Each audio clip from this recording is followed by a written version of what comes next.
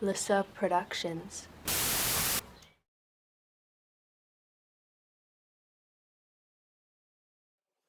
A very common lab operation is the need to take a solid material and dilute it up very carefully to a known final volume. There are a lot of containers in your lab equipment that would allow you to do this, but they differ in terms of accuracy. Here is an example of a beaker, accurate to about 5%, an Erlenmeyer flask, accurate to about 3%, and most commonly used for analytical work is a volumetric flask. A volumetric flask is calibrated to contain. So you'll see a small designation on the flask, a TC, indicating that at the specified temperature, the flask contains that specific volume, usually accurate to within 1/10 of a milliliter, depending upon the size of the flask. So the flask is designed, looks as it does, with a wide body at the base and a narrow neck in order to allow accuracy in adjusting the final volume of the solution. In preparing to use this kind of flask, you first need to ensure that it's clean. And generally you would take a wash bottle if solvents that you're using are water-based and rinse out the flask.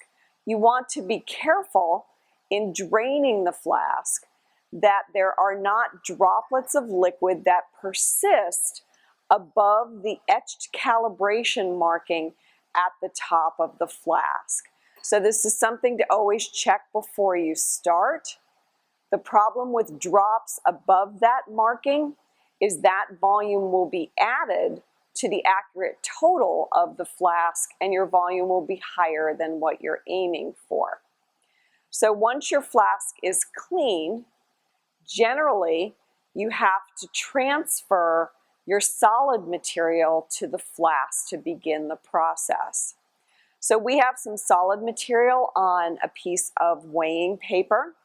Now we can just pour it in. In general, we recommend that you use a funnel. You've taken great care to measure accurately the weight of your solid, and if it is not all transferred to the flask, it's going to be problematic. However, easier is to take that solid, use a secondary container, either a small beaker or a flask, and transfer that solid to that alternate container so that we're now going to transfer a solution rather than a solid. So quantitative transfer, as the name implies, means that the material that's been weighed must be 100%, or as close as you can get, transferred to a secondary container. In this case, we can pour the bulk of the material and then use a wash bottle with the solvent that's going to be used in the analysis to rinse off the weighing paper into a smaller container, in this case, a beaker. Now we can add a little bit more solvent to the beaker, and it'll be much easier at this point to transfer this solution to our volumetric flask. Now, people who are really brave may try to do that transfer without an assist, but we don't recommend that. So we always recommend that you use a funnel, preferably one of your short-stemmed funnels. Now, what happens when you put glass on glass is that you often end up with an airlock that traps the liquid material in the funnel. You can get around that either by using your hand to lift the funnel off the top of the flask as you pour, or a little bit easier is to get a paper clip, open it up, and drape that over the neck of the flask, which will hold the funnel above that upper surface. Now you're ready to pour material from your beaker into the flask. And again, we want to do this quantitatively. So we have to take our solvent, in this case water, rinse out the beaker several times, make sure that we've rinsed out the funnel really well, including the interior of the funnel, and then lifting the funnel up, we'll want to rinse the stem of the funnel as well. So at this point, your solute is 100% transferred to the flask, and now the task at hand is to adjust the final volume of that solution to the stated volume of the flask that you've chosen. So to make this a little bit more rapid, you can again use the funnel to pour from a larger container of solution as opposed to using your wash bottle, which would be a shorter, a more laborious process, a longer process. Now what we're aiming for is an etched marking around the narrow neck of this flask. And we're aiming to have the upper surface of our solution align directly with that marking on the flask. To do that accurately, it's going to become challenging to do that pouring from the beaker. Some students choose to try and use a wash bottle, but unfortunately what usually happens is that they end up with more solvent than they want at the end and can't get a fine adjustment to the marking. So we recommend that you use a Pasteur pipette. Pasteur pipette is a glass disposable pipette, and you can use a 2 milliliter bulb, and essentially it functions as a medicine dropper if that's a common concept for you.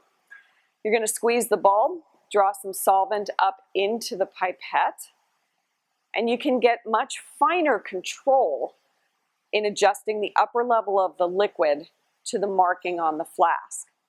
So if you look at this drawing, it represents the neck of your volumetric flask and zooms in particular on the calibration mark around the neck of the flask. When you pour liquid into this glass container, what you will see at the upper surface is a curved surface, and this is referred to as the meniscus. We want the bottom of the meniscus aligned directly with the calibration marking on the flask when viewed at eye level. So it's important in making these final adjustments that we avoid parallax error, which is the error that arises when you are looking at that line either from above, below, or directly in line with the calibration marking. So you should either lower your position to that of the flask, or you should raise the flask so that the calibration marking is at the level of your eye when making the adjustment. Before you make your final adjustments, it's usually a good idea to make certain that there are no bubbles in the flask. If you have a lot of bubbles, you can tap the flask on the desktop,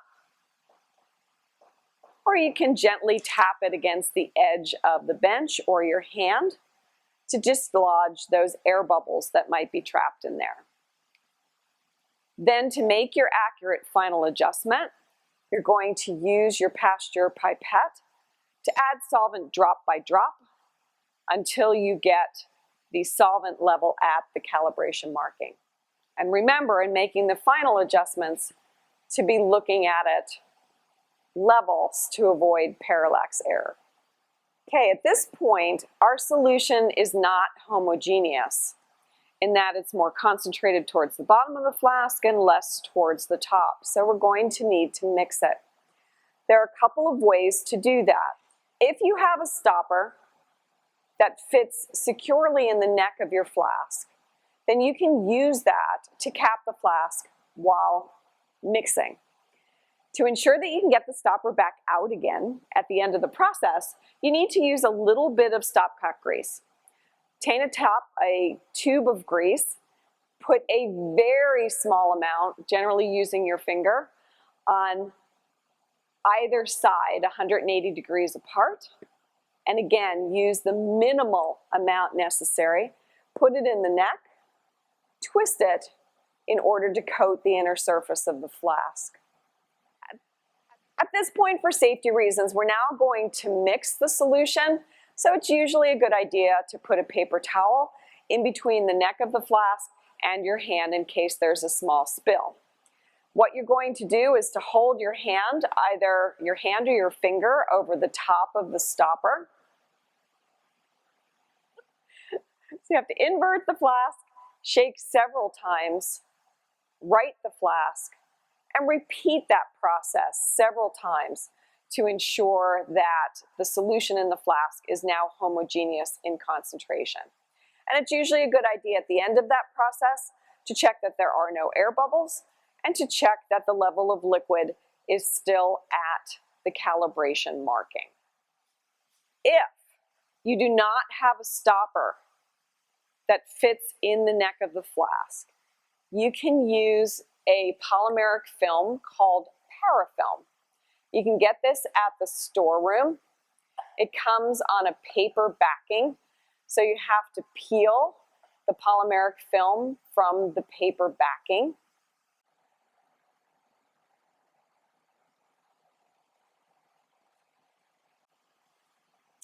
To prepare the film, it's best to stretch it in all directions initially, not too much, but just a little bit to make it more pliable. Stretch it over the neck of the flask and then grab a corner and wrap around the flask. It's a self-adhesive material, so it will adhere to itself at the end. In general, for mixing, we recommend 2 layers of parafilm just to be safe, but in this case, 1 will suffice. You would then proceed with the same mixing procedure that you followed in using the stopper.